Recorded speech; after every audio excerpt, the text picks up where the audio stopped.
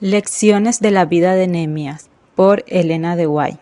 Capítulo 14. Pueblo instruido en la ley de Dios. Mientras Nehemías trabajaba diligentemente para restaurar las defensas físicas de Jerusalén, él no se olvidó que el Dios de Israel era su única defensa segura, y que solo en obediencia a sus mandamientos estarían ellos seguros. Él, por consiguiente, dio diligentemente atención a las instrucciones del pueblo en la ley de Dios. Era tiempo de la fiesta de las trompetas. Muchos estaban reunidos en Jerusalén.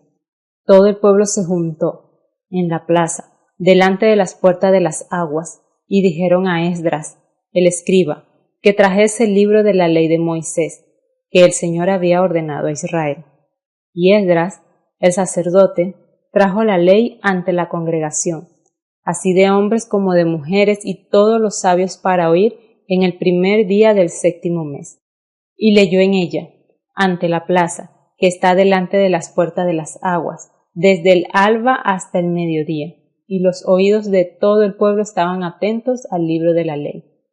Nehemías capítulo 8, versículo 1 al 3. Y Esdras alabó al Señor, el Dios grande, y todo el pueblo respondió, Amén, Amén, levantando las manos, y se inclinaron y adoraron al Señor con el rostro en tierra. Algunos de los sacerdotes y levitas se unieron con Esdras en la explicación de los principios de la ley, y leyeron el libro en la ley de Dios, y declarando y explicando el sentido, hacían que, leyendo, se entendiese. Nehemías capítulo 8, versículos 6 y 8. El escenario daba una impresión lamentable. El muro de Jerusalén había sido reconstruido y las puertas asentadas. Así una gran victoria había sido alcanzada, pero una gran parte de la ciudad estaba todavía en ruina. Sobre una plataforma de madera, levantado en una de las calles más largas y rodeado por todos lados por tristes recuerdos de la antigua gloria de Judá, estaba Esdras, ahora envejecido. A su derecha y a su izquierda se reunían sus hermanos levitas, consagrados al servicio de Dios y aquellos cuya presencia daba digna y solemne a la ocasión. Con los corazones pesarosos pensaban en los días de sus antepasados, cuando el salmista real cantó: Rodead a Sión, cercadla, contad sus torres, considerad sus antemuros, mirad sus palacios. Hermosa provincia, el gozo de toda la tierra es el monte de Sión, a los lados del norte, la ciudad del gran rey. Salmos capítulo 48, versículos 12 y 13. Mirando desde lo alto de la plataforma, sus ojos recorrieron el mar de cabezas. Los hijos del pacto se habían congregado de todos los rincones del país.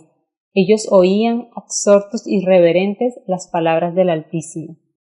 Pero aún aquí la evidencia de sus pecados era aparente. En su relacionamiento con otras naciones, el idioma hebraico se volvió corrompido y, por lo tanto, era necesario un gran cuidado de parte de los expositores para explicar la ley en el lenguaje del pueblo, presentándola de modo que todos la comprendiesen. Al ser la ley explicada, ellos se convencieron de su culpa y lloraron por causa de sus transgresiones. Pero ese era un día festivo, una santa convocación, un día en el cual el Señor había ordenado al pueblo que se mostrasen alegres y jubilosos, y en vista de eso fueron llamados a restringir sus penas y a gozarse por causa de la gran misericordia del Señor para con ellos. Este día es consagrado al Señor, vuestro Dios, dice Nehemías. Por lo tanto, no os entristezcáis, porque la alegría del Señor es vuestra fuerza. Nehemías capítulo 8, versículos 9 y 10. La primera parte del día fue dedicada a ejercicios religiosos, y el pueblo dedicó el resto del tiempo a la grata reconsideración de las bendiciones de Dios y a disfrutar la abundancia que Él proveyera. Porciones fueron enviadas a los pobres que no tenían nada para preparar. Hubo un gran regocijo por causa de las palabras de la ley que habían sido leídas y entendidas.